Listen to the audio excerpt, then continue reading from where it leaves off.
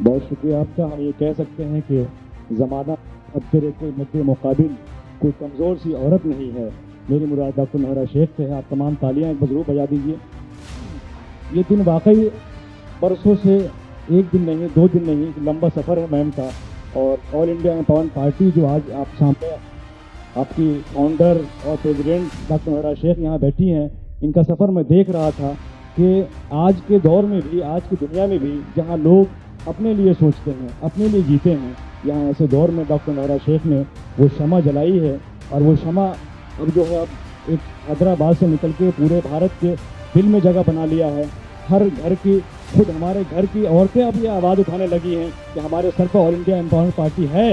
अब मैं उस पार्टी के नीचे इलेक्शन भी लड़ सकती हूँ और अपना हक भी मांग सकती हूँ, क्योंकि इसलिए कि अब पार्लियामेंट के अंदर, राज्यसभा में भी ऑल इंडिया एम्पावरमेंट पार्टी और डॉक्टर नौहरा शेख की कोशिशों से जो 20 साल लगातार आपने किस तरह से ज़िला लेवल पे, गांव लेवल पे, स्टेट लेवल पे जो आपने यात्रा सफ़र की है, वो यात्रा बहुत आसान नहीं है। आप एक बार देखिए, आपके रोंगटे खड़े हो जाएंगे।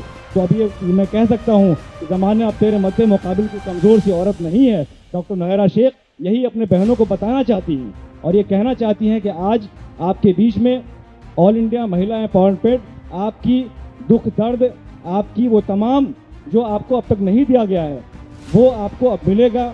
मैं डॉक्टर नौहरा शेख को इस बात की मुबारकबाद देता हूँ कि जिस दिन ये पार्लियामेंट में ये बिल पास हुआ, उस दिन आपका जन्मदिन भी था। तो अंदाज़ा लगा सकते हैं कि इससे बड़ा गिफ्ट क्या हो सकता है। तो मैम, मैं आपसे एक सवाल ये कर रहा हूँ कि ऑल इंडिया एम्पावरमेंट पार्टी की जो जर्नी है, इसमें क्या आपको लगता है कि जो आपके ख्वाब थे, वो महिलाओं के आरक्षण को जब पार्लियामेंट में पास कर दिया गया, वो पूरा हो गया है? अब पार्टी आगे क्या उस आरक्षण को ज़मीनी सतह पर भी उतारने की कोशिश करेगी?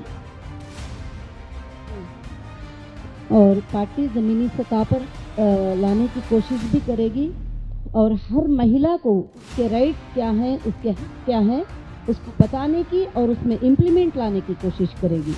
क्योंकि बगैर इम्प्लीमेंट लाए, और कई महिलाओं को इस बिल के बारे में पता भी नहीं कि उनके क्या राइट्स उनको मिल गए हैं और उनके लिए कितना बड़ा अधिकार मिल गया है, उनको पता भी नहीं है। तो हमारी महिलाएं ग्राउंड पर बहुत सारा काम कर रहे हैं उनको बताने के लिए कि आप जो है इलेक्शन कंटेस्ट कर सकते हैं, आपको राइट्स है, आप एमएलए बन सकते हैं, आप एमपी बन सकते हैं, आप कैबिनेट मिनिस्टर बन सकते हैं, आपको सारे राइट्स हैं। आप आएंगे तो आपको हर अधिकार मिलेगा। तो महिला एम्पावरमेंट पार्टी इस पर ज़रूर काम करेगी और पूरे देश में काम करेगी। आज महिलाएं देश में कम नहीं है, महिलाएं देश में जो है 65 करोड़ वुमेन्स हैं और महिलाएं देश के 50% से ज़्यादा महिलाएं हैं। और महिलाएं एक देश का एक हिस्सा है और वो एक हिस्सा जो है अपने अधिकार से खाली बैठा हुआ है।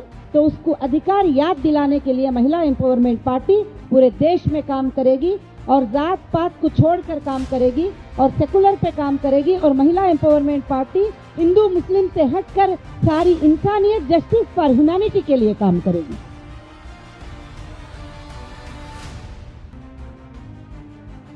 बहुत शुक्रिया। किसी शायर ने बहुत पहले कहा था कि तेरे माथे पे ये आंचल बहुत खूब है, लेकिन तो इस आंचल से एक परचम बना लेती तो अच्छा था। तो मैम ने वो आंचल, भारत की आन बान शान को अपना सफ़र बना लिया है।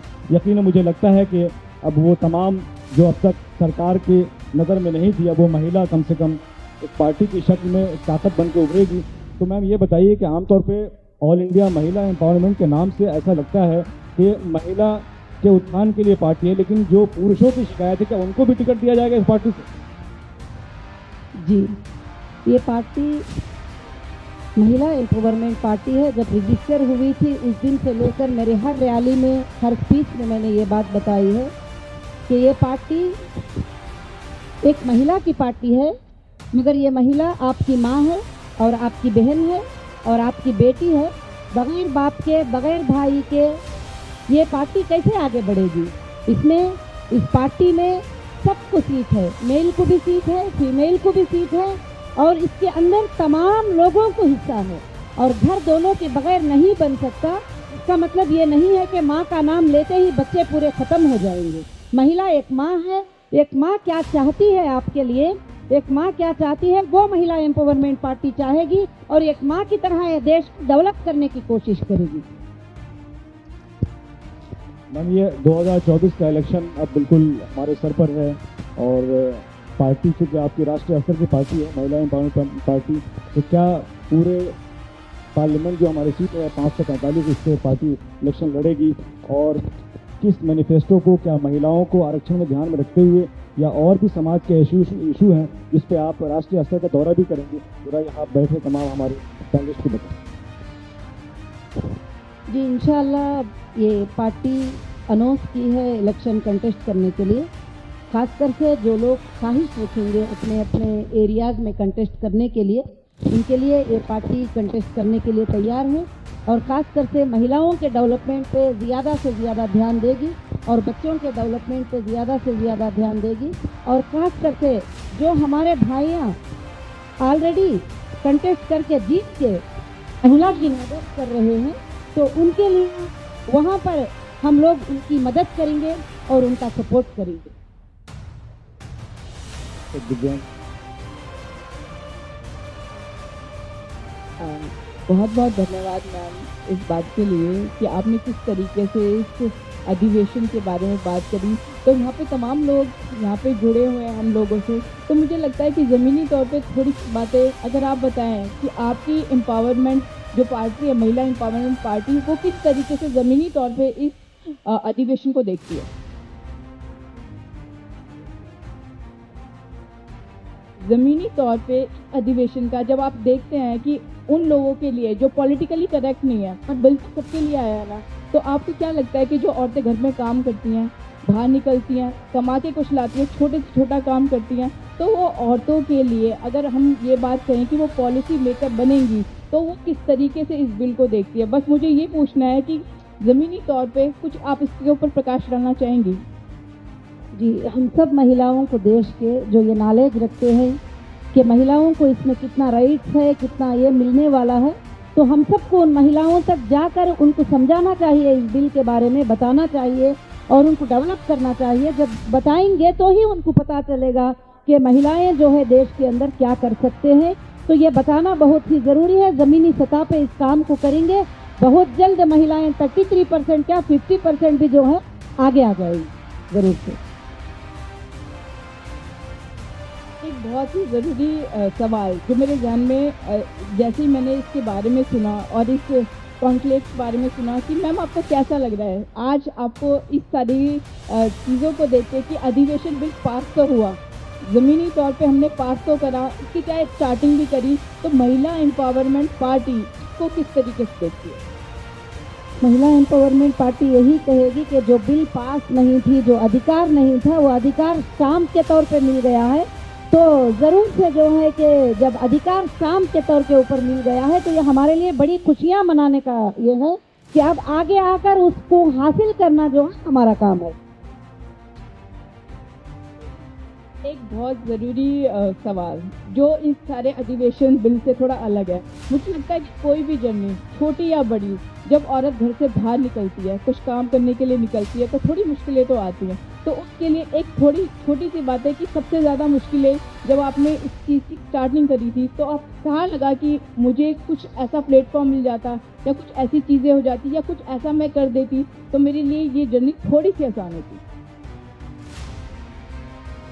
बहुत सारे जगह पर जब पॉलिटिकली दबाव किया जाता है, चाहे वो कितने भी बड़े ताकतवर क्यों ना हो, जब पॉलिटिकली दबाते हैं तो उस वक्त हर महिला की ये सोच होती है कि उसके अंदर कुछ अधिकार हो, उसके अंदर अधिकार आ जाए।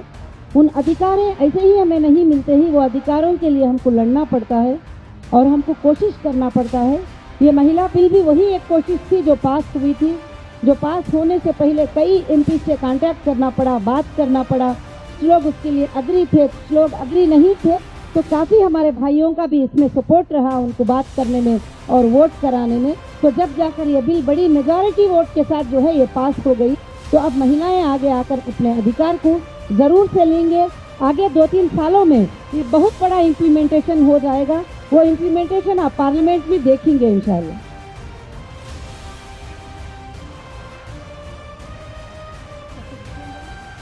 Well, actually, I have something to say. So, ma'am मुझे लगता है कि हम सबका अपना एक बैटल होता है, हम सबकी अपनी एक इंडिविजुअल लड़ाई होती है, राइट? और आप इन सब से निकल कर आगे आकर आपने सबके लिए एक लड़ाई की है। ओके, आपने हम सबके हक के लिए एक बात रखी। ओके, सो मुझे लगता है कि जब हम निकलते हैं, अपनी बात रखते हैं, कुछ आउट ऑफ द बॉक्स रखते हैं, तो कई बार लोगों को ये चीज़ एक्सेप्ट करने में प्रॉब्लम होती है। लोग उसको एक्सेप्ट करने से पहले हज़ार बातें कहते हैं, उसका अपोजिशन करते हैं।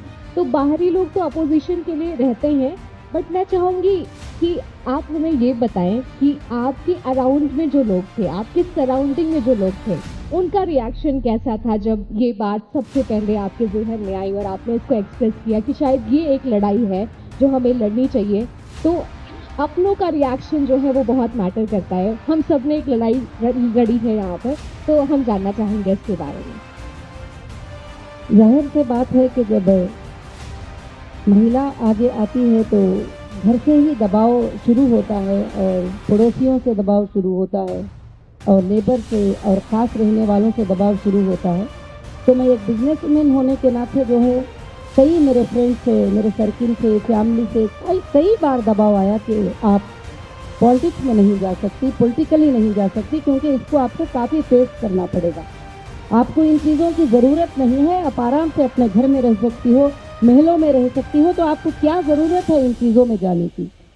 तो मैंने सबको यही जवाब दिया कि ये जो नॉर्मल ज़िंदगी होती है, जो सब लोग गुजारते हैं, तो वो सब गुजारते हैं, मगर लोगों के लिए जीना, जो बदलाव लाने के लिए कोशिश करना और एक इनकलाब लेकर आना, जो लोगों के सोच में नहीं है, उन सोच को लोगों के जहनों में डालना एक बड़ी बात होती है।